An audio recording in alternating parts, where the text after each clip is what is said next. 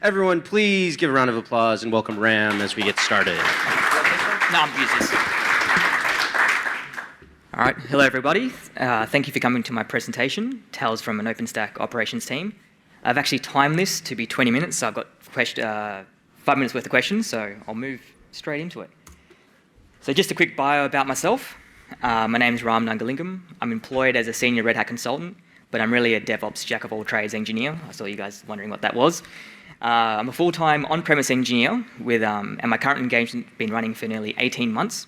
The majority of my time has been spent helping my customer build, update, and migrate OpenStack clouds, as well as assist various business units to migrate application processes from legacy virtualization to infrastructure as a service and platform as a service systems. I have a deep background in networks and big passion for big mountain skiing. So anyone skis out there, come down to Canberra because we're very close to Mount Kosciuszko.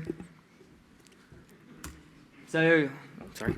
The agenda. I'm going to try to cover all the content and leave some room, like I said before, for questions. I'm going to walk you through a quick overview of our current production cloud, then cover the architecture of the future cloud, which is in development, and some example workloads. I'll cover patch methodology of the patch methodology of the cloud is slightly harder and more difficult, especially when not all instances are cattle. So I'll briefly talk about our methodology and how we do that. I'll cover a common user complaint. Is the cloud slow today? Now, this is a hard question to answer truthfully and with facts, but I'll walk you through how we went about it.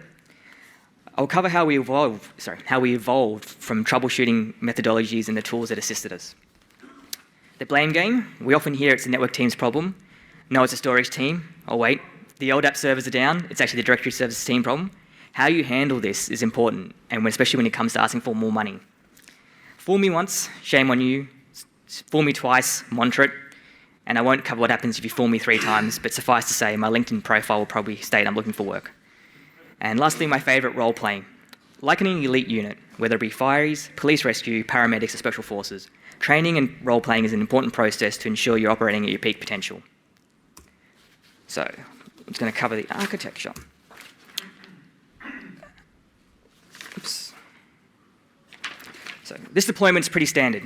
We've gone for a highly available build with separate controllers, load balancers, and databases. Now, I won't name vendors, but you need to implement a highly available architecture. We had a bad batch of Blade servers that had about a 15% random failure rate over 6 months. Without HA, our production cloud and project would have failed. Here you can see the sizing breakdown of our current cloud. It's not a huge cloud by any means, definitely not like NCI or some of the guys with 6,000 compute nodes. But out of these resources, we're about 90% allocated on CPU and memory. Storage use is relatively small. It's more about an IOPS requirement. Users don't like to wait seconds for an LS on a directory to complete. So have a look at the current cloud. So what's probably not standard is that we use Foreman and Puppet and its abilities to keep the cloud running.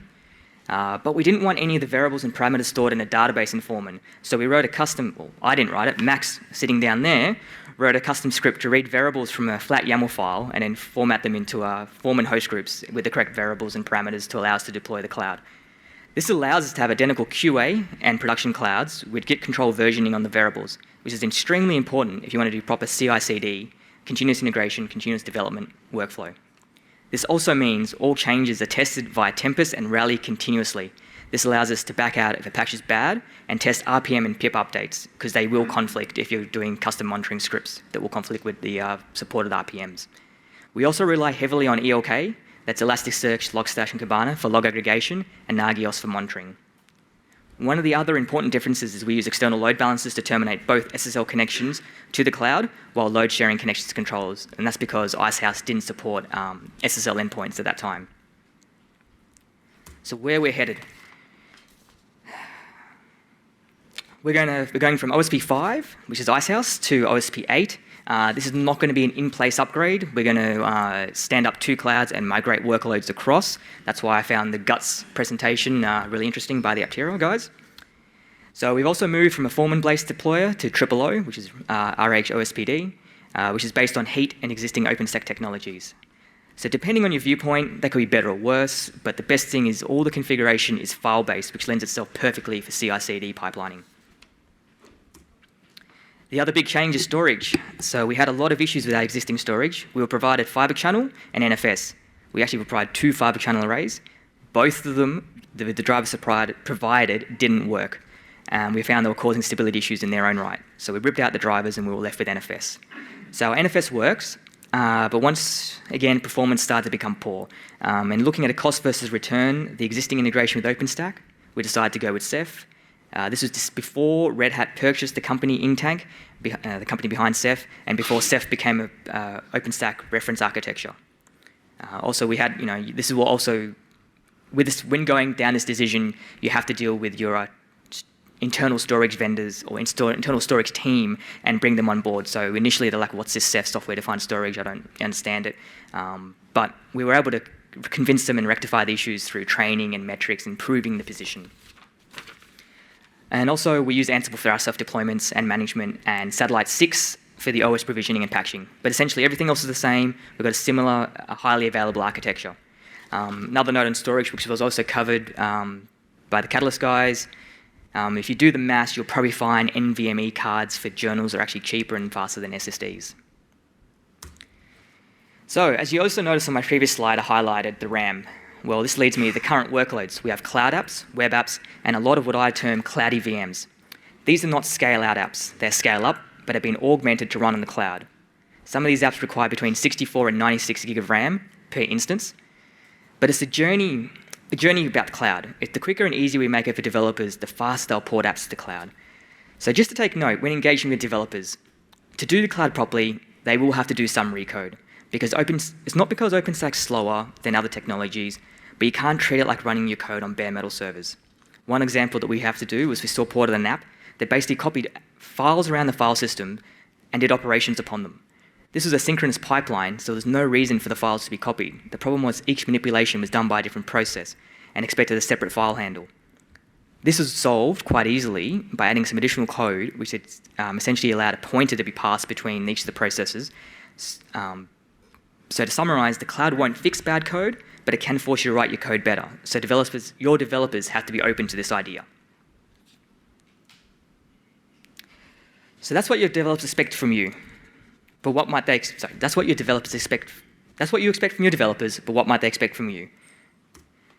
Well, you saw from my previous slide, your first customer will most likely come to you with cloudy VMs. This will actually impact you more than just resource usage. This will affect your patch methodology. Why? Well, I can guarantee they're going to expect the traditional workflows for their VMs. So as much as we talk about cattle, they aren't really going to appreciate you shooting Sunday roast and Christmas dinner. So with that, how do you patch the cloud without shooting the cattle? If OpenStack was a farm, you've got to think of it like caring for your stock. This affects how you both design and patch your cloud. Obviously, automation is key, but you can't just use Ansible. You can't just use an Ansible command to run yum update, tac y, &, shutdown -r across your entire cloud, because your users will abandon you soon. So an upfront design decision you need to make is shared storage. This will allow you to live migrate instances across your compute nodes. Secondly, you need some serious network speeds. 1 gig for VM migration isn't going to work.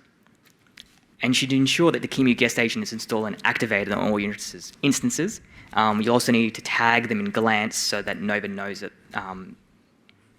that the guest agent is active and installed on your instances. So the methodology we follow is we patch our database servers, and then the controllers, and then the load balancers, and then lastly the computes. Since we use Pacemaker to manage the cluster, we have a 3-node cluster. We pull a single node out of the time of the cluster, patch, then reboot. This is useful for determining if you have any hardware issues. Patching the controllers also poses an interesting problem in that not all services are highly available. You have to be aware of this. These are usually the Neutron services, so you need to ensure that you migrate them amongst your controllers. Be aware that Neutron can be fickle and it doesn't always clean up itself, so you will have, if you don't check it, you may have orphan namespaces lying around, which will almost create like a split brain routing issue.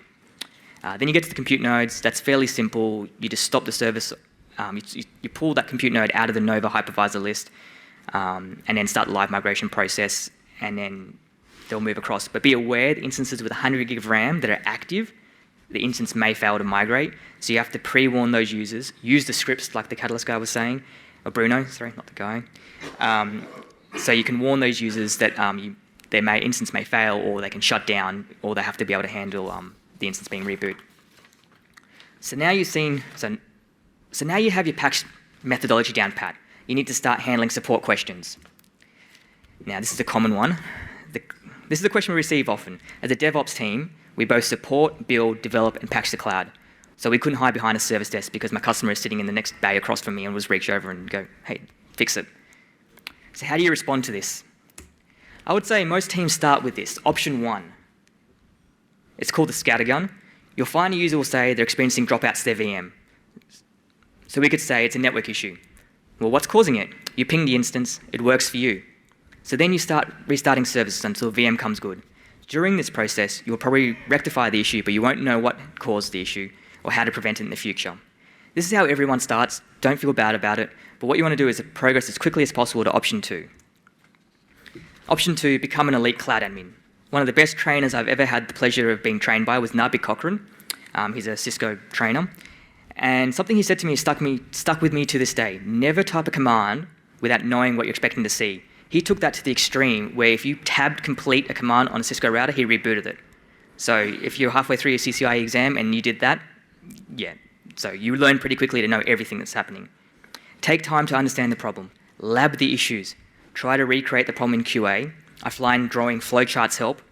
Once you embrace this methodology, you will become an elite cloud admin. So now you're an elite admin. You're troubleshooting a resized issue. You have 3 HA controllers, 26 compute nodes, and if you're still using egrep fail -r in varlog nova, you're going to fail. Scrolling through text like this means you'll miss errors. Who can tell me what's wrong with this? Yeah, exactly.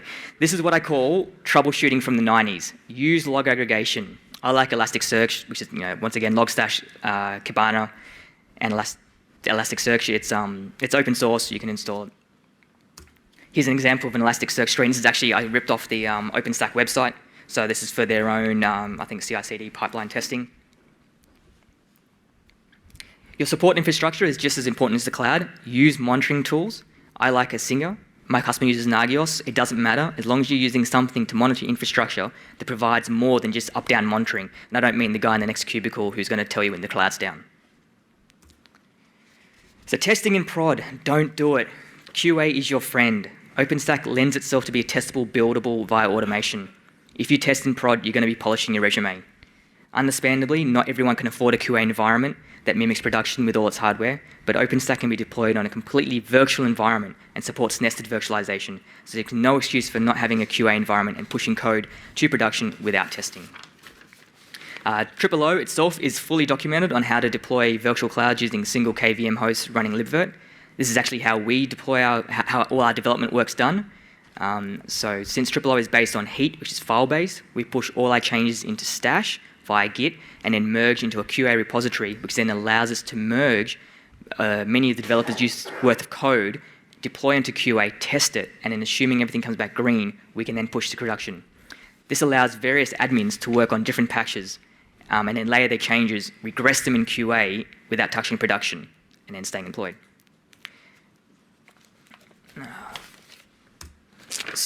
So I think we covered something before the NCI guys talked about metrics. So what's the difference between metrics and monitoring? So you have all this data going into ELK and Nagios. You can track down errors. You can see up downs. But this one guy, every org has him, the guy who says the cloud is slow. He's not wrong, but you can't quite work out what's going on. So the difference between metrics and monitoring is that metrics prove your theories.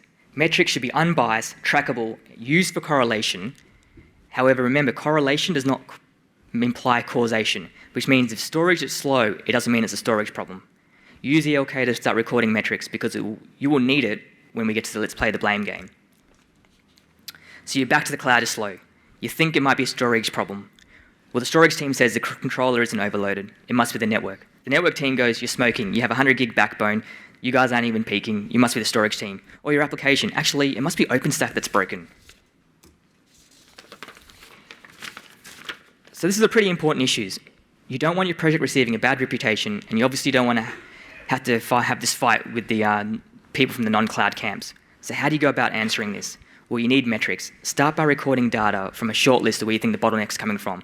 So in our case, well, it was a storage problem, but was it? We were using NFS, so we started recording network statistics, throughput, packet loss, all the usual data. We use NFS stat to determine how long the writes were taking, reads were taking. We look at CPU usage to ensure that we weren't totally maxed out, so we couldn't write data out. Then we started doing some out-of-hours independent tests. What's the upper limits on the storage? Behind being NFS v4 on LACP bond meant we were only using 1 NIC. The hashing algorithm only mapped the single flow to 1 NIC, so we're only getting 10 gig worth of available throughput. But did this matter? Because we weren't near 70% of constant throughput, so it wasn't affecting our storage. With metrics, we were able to record the outstanding I/O write times and full NFS stats. We could prove that our users were exceeding the total I/O available to the disk pool, which is causing people to feel the cloud was slow. This helped push the storage team to rectify the issue and add additional disks to the pool, and most importantly, was able to feed into the business case document for us to go with distributed storage. Everything was based on facts, existing data, and project data. We removed emotion and religion from the discussion. So just a quick point on how we got to these metrics. It's really simple. I just wrote a Python script that essentially returned perf data and system stats wrapped in a number of systool programs into a JSON formatted key value pair and sent it off to ELK. ELK automatically detects the data type and pulls out the timestamp. And with a few clicks and a few drop down the dashboard creator in Kibana, I was able to graph I/O wait times across blades with graphs separated by blade chassis. It's that easy.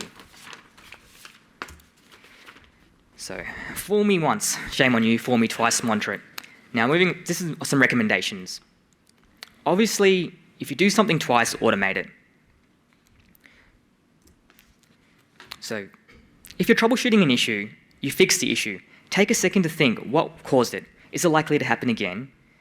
If so, try to implement a fix to stop it happening again.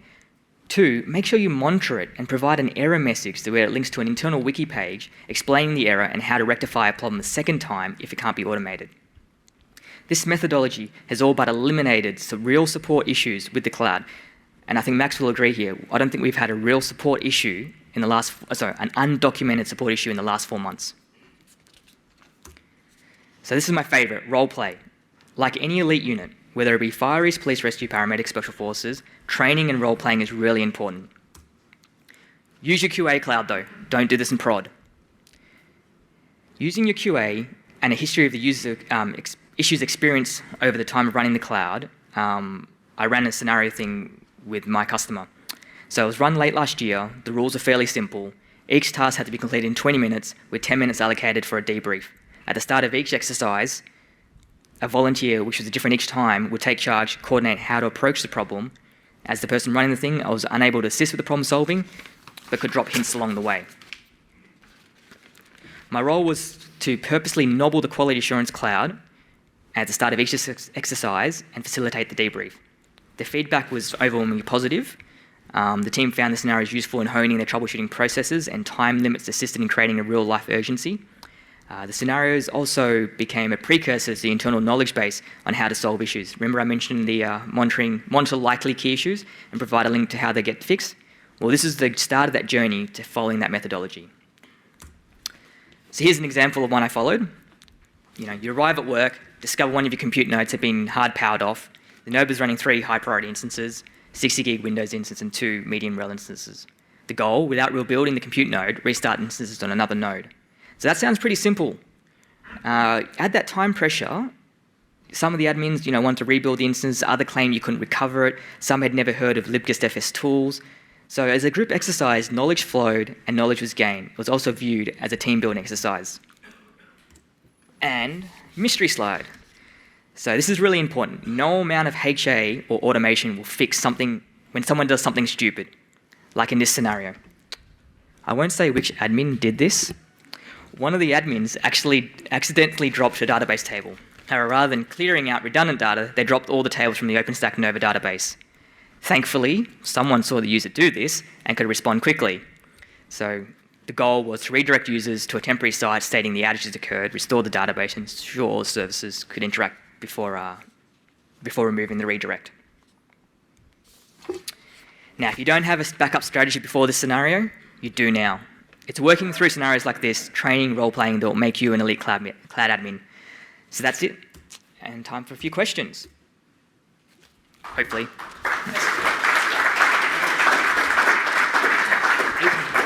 Fantastic, Rarm. I feel like you've had to live through a lot of pain there to come up with that advice. Yeah, maybe that was, it might have been me. Excellent. You learn with our own mistakes the best, absolutely. All right, so questions from the audience, please. What other pains, perhaps one of the simple questions for people is, what other pains have you experienced with OpenStack? One of our most popular talks at OpenStack Summits are the fail stack discussions, so always worth talking about those. Hi, I just further on to your interface issue where you had 70% utilization. Can you just describe how you actually monitor that again and how you then fix the issue?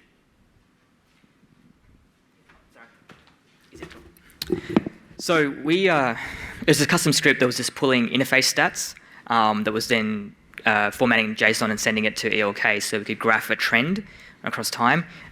We also have got SNMP, and what we're moving to is adding SFlow to the blade chassis themselves so we can actually see what our flow data. The way to fix that is it wasn't a network issue. It was a storage issue, and we would exceed the total IOs on the disk pool through a single NFS array. And the way we fixed it is we went Ceph, or going Ceph, I should say. Excellent. Other questions?